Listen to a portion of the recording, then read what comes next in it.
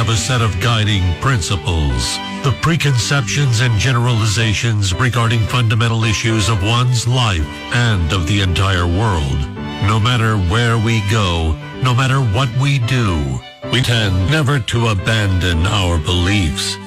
These are things Prospector believes on Rock 107. Let's go with the Thanksgiving edition of Things I Believe. I believe that anyone who says, let's go around the table and say what we're thankful for, should immediately be removed from the will. I believe stuffing is just bread that lost its will to live and crawled into a turkey's body cavity to die warm. And finally, I believe every time someone says green bean casserole 3 times in a mirror, a Midwestern demon appears and forces you to eat another bite of those godforsaken fried onions. Well, now we know the reason he turned out the way he did. That was Things Prospector Believes on Rock 107.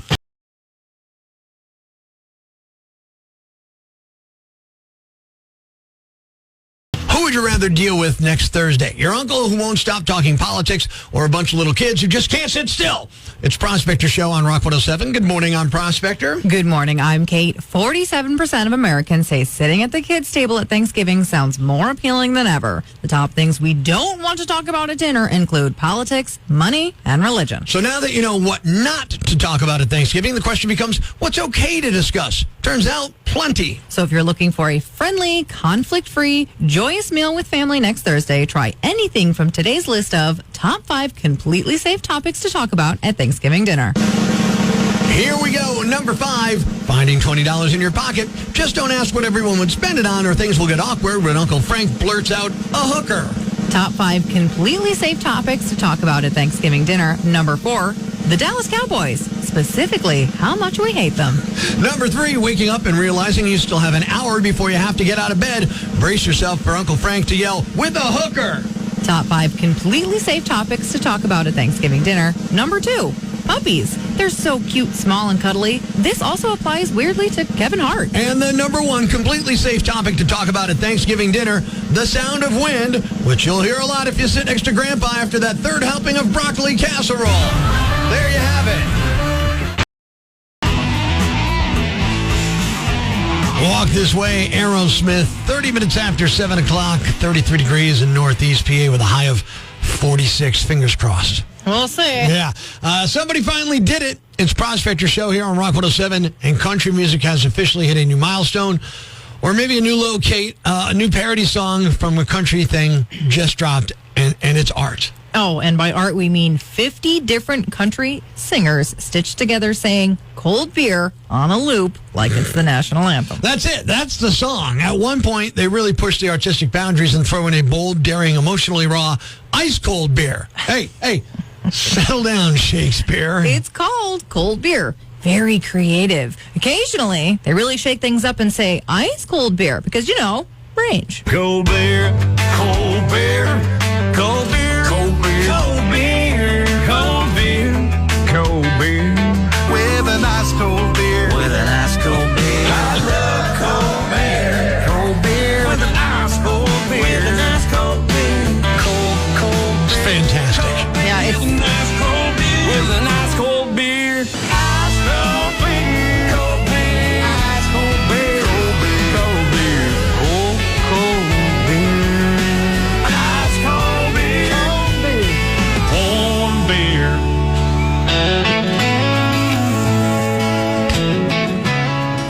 and it's blowing up online because naturally. It comes from the geniuses, and I say that lovingly. I love these guys. At There, I Ruined It. With their mission statement clearly stated right in the name of their group, There I Ruined It. They exist solely to destroy perfectly good music, and somehow, they keep making stuff that's ridiculously catchy. Cold beer, cold beer. Come on. Cold beer, cold beer, cold beer. I'm not a country guy. I'd buy that single right now. I'm downloading it as soon as we get done here. I got to admit, it's disturbingly catchy. Like, I hate myself for humming it kind of catchy. Cold beer, cold beer, cold beer, cold beer, cold beer. So, yeah, cold beer. 50 country singers, one lyric, Zero shame. And honestly, I have to admit, I do not like it. No? No. You're wrong. Life's pretty tough right now. There's plenty of bad news, but it's not all bad. It's time for the brighter side of Prospector on Rock 107. 2 cops in South Brunswick, New Jersey, pulled a 26-year-old guy from a burning car. The driver had some sort of medical issue, and he crashed into a tree. If the cops didn't get there and pull him out, he probably would have lost his life. His iPhone sensed the crash and auto-dialed 911. Thanks. We needed that. The brighter side of Prospector on Rock 107. The Simpsons have killed off another classic character, although classic really needs to be in air quotes there. To be honest, it's not one that you're going to be missing a whole lot. Good morning, it's Prospector Show on Rock 107. Kate, do you watch The Simpsons at all? Here and there. Yeah. Not like back when it was a huge show, though. Yeah. Okay, well, they killed off Alice Glick. No idea. No idea. Springfield's church organist dropped dead in the middle of a sermon during Sunday night's episode. Now, she's been on the show for 35 years. Ever since season 2, the producers have confirmed she is dead as a doornail. Alice was voiced by the legendary Cloris Leachman in her first appearance, but then an actress named Tress MacNeille took over. Now, fun fact, Springfield had another organist named Gertie, the real MVP. She was the one behind the keys during one of the greatest moments in Simpsons history. Now, I hope you know what I'm talking about here, but we're going to talk about the time Bart changed the organ music in church and duped the entire church into singing In the Garden of Eden, which was really the 17-minute opus from Iron Butterfly, In-A-Gadda-Da-Vida. Do you know that part? I don't know. It's fantastic. And now, please rise for our opening hymn, In the Garden of Eden by Iron Butterfly.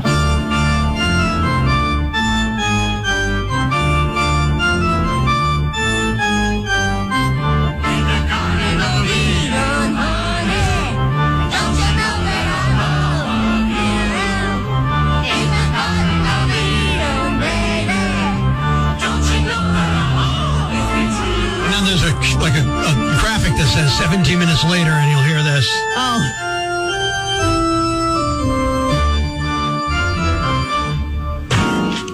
She drops dead. Oh, my goodness. Yeah, that was my question. I was like, did they really do a 17-minute bit? I think it was about a minute and a half on the air. That's something that The Simpsons would pull. Yeah, but this was season 2. They didn't have the cachet with the network that they have now. I think they should go and redo it. Regardless, it's a proud moment in American TV, and maybe I'll say it, religious history.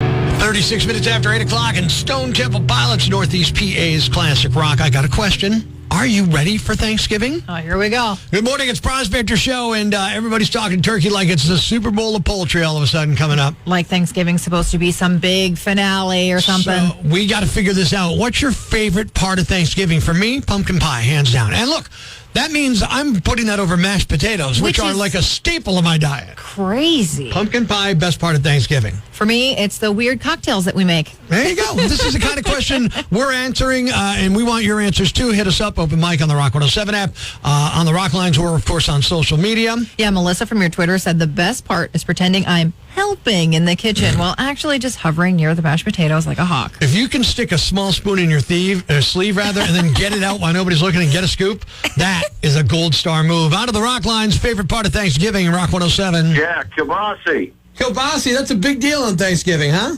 Absolutely. Now, are you from a Polish family, or? No, and that's the beauty of it. Best part of Thanksgiving, Rock 107. I'd have to say candy yams. You got to have the marshmallow, right? You just could eat a whole bowl, sit there by yourself. And to me, things like that it's like lobster is to butter. It's a butter delivery item. Same thing with candy. It's a vessel. It's a marshmallow delivery mechanism. Yeah. It's just a vessel. Diane from your Facebook said the dog contest after the Macy's parade on TV. Yeah, I'm down with that. Andy texted in on the Rock Line. The company I work for gives us 5 days off with pay. Yo. Dude, you need anybody? Anybody? Yeah, I have no skills, but if you need somebody to hang out. I'll yap in your ear. I'll take that gig. Ruth from your Instagram said the late afternoon sandwiches. So turkey, lettuce, tomato, salt, and pepper, and that's it on white toasted bread. No stuffing or, gravy or anything, no cranberry. All right, on to the Rock Line's favorite part of Thanksgiving here at Rock 107. Leftovers. All the other stuff is just to get to the leftovers. Absolutely. Best part of Thanksgiving, Rock 107. It was an old family tradition. All the guys that went hunting got together and shot our rifles in the morning. For those of us who don't know or don't hunt, shot the rifles in. What does that mean?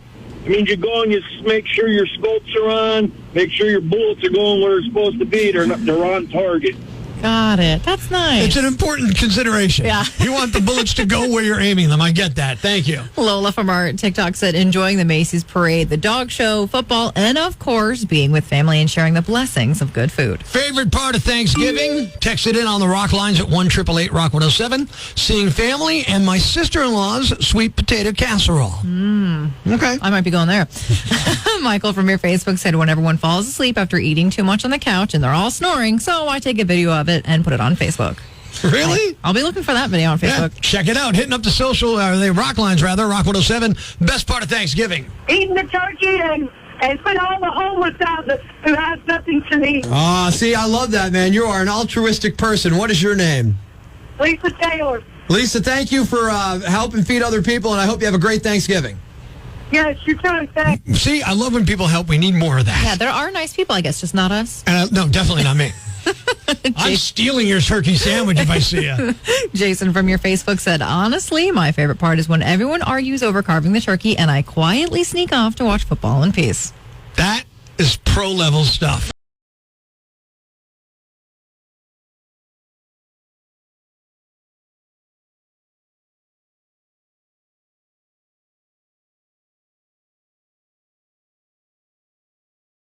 Ladies and gentlemen, grab the kids, call your neighbors, and gather around the radio.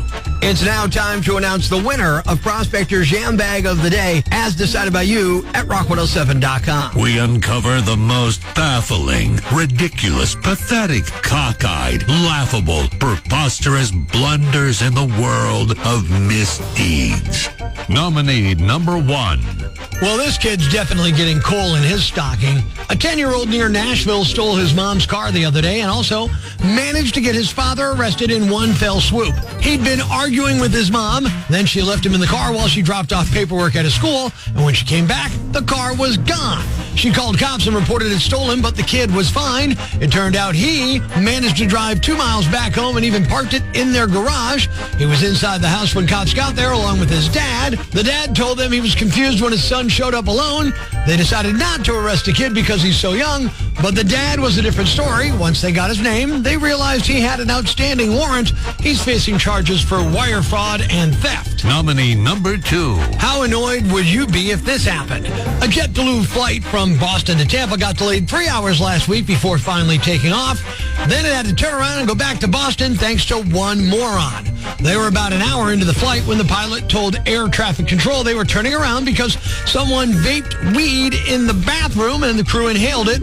We assume he meant the flight attendants. If the pilots got high, that'd be a much bigger issue. Luckily, all 200 passengers were fine, but the flight ultimately got canceled. No word yet on the passenger's name who smoked or what charges they're facing. All we know is they were sitting in row 1, so first class. And the winner is... the person who vaped weed on a plane, causing the crew to have to land the plane early and the flight to be canceled. You're the Yam Bag of the Day, and we'll move on to Friday's Yam Bag of the Week competition. Keep it here for all the nominees for Prospector's Yam Bag of the Day, weekday mornings on Rock 107. Thanks for listening to Prospector's Prime Cuts podcast.